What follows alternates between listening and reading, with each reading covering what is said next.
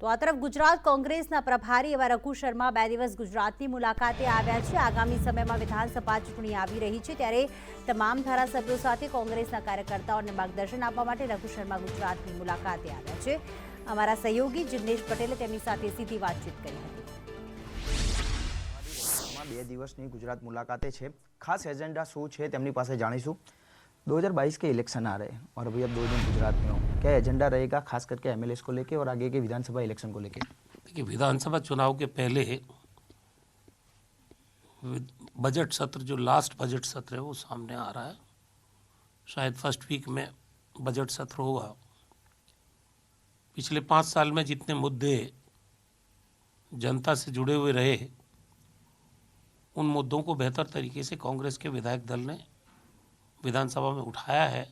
इस बार भी पुरजोर तरीके से कांग्रेस के अलग अलग जो हमारे विधायक हैं, उनको जिम्मेदारी देके और उन मुद्दों को जो जनता के हैं विधानसभा के पटल पे या फ्लोर पे उठाया जाएगा।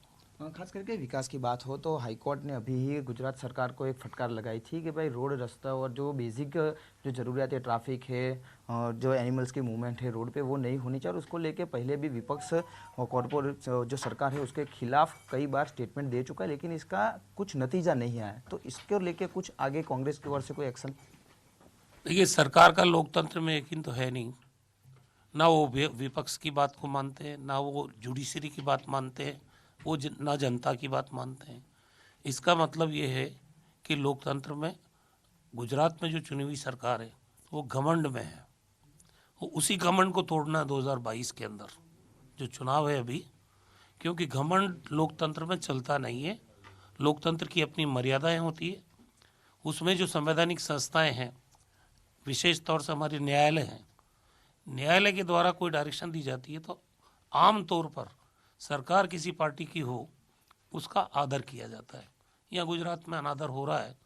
कांग्रेस पार्टी इसको मुद्दा बना रही है पहले से ही। अल्टीमेटली गवर्नमेंट को ही इस पे एक्ट करना पड़ेगा। अभी थोड़ी देर पहले ही, थोड़ा समय पहले विपक्ष में, कॉरपोरेशन में जो विपक्ष के नेता के तौर पे शहजाद खान पठान का नाम सामने आया। कांग्रेस में अंदर अंदर ही विवाद चल रहे हैं बहुत सारे, उसको लेके क्या दिखते हैं? मौलिमंडल आगे क्या होगा? क्योंकि बहुत सारे विवाद अंदर अंदर चल रहे हैं एक दोनों के बीच में, एक ही पार्टी में।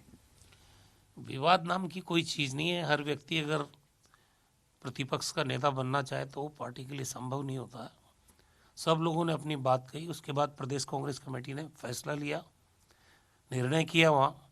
उसके बाद किसी तरह की अनुशासनहीनता अगर होती है तो पार्टी कार्रवाई कर रही है। आपके सामने एक पार्षद को निलंबित किया है, तो पार्टी इस चीज़ को बिल्कुल बर्दाश्त नहीं करेगी कि कोई पार्टी की अनुशासन की सीमा को लांघकर और फिर अपनी इंडिविजुअल पॉलिटिक्स करे। कांग्रेस की बात छोड़ के अगर आम आदमी पार्टी की बात करें तो थोड़े समय पहले ही सूरत के अंदर विपक्ष में आम आदमी पार्टी कॉरपोरेशन में बैठी थी, लेकिन अभी उसी के कार्यकर्ता कांग्रेस का हाथ थामने के बजाय फिर से वापस भाजपा में जुड़ रहे हैं। तो वहाँ के लोगों का भरोसा कैसे रहेगा? नहीं, भरोसा तो आम आदमी पार्टी नाम की चीज़ तो कोई है ही नहीं है। मैं बार बार कहता हूँ कि ये चुनाव में आती है पार्टियाँ और चुनाव के बाद चली जाती है। ये सच्चाई सामने आई है कि आम आदमी पार्टी भारतीय जनता पार्टी की बी टीम है। वही खड़ा करते हैं और जीतने के बाद उसको फिर अपनी पार्टी में ले लेते हैं। तो जिन जगह पे भारतीय जनता पार्टी सीधे तौर पे नहीं जीत सकती, वहाँ आम आदमी पार्टी का इस्तेमाल करती है। यही तो हमारा कहना था और ये बात सच्चाई साबित हो गई। अगर आम आदमी पार्टी होती तो फिर उसके पार्षद बीजेपी में क्यों जाते?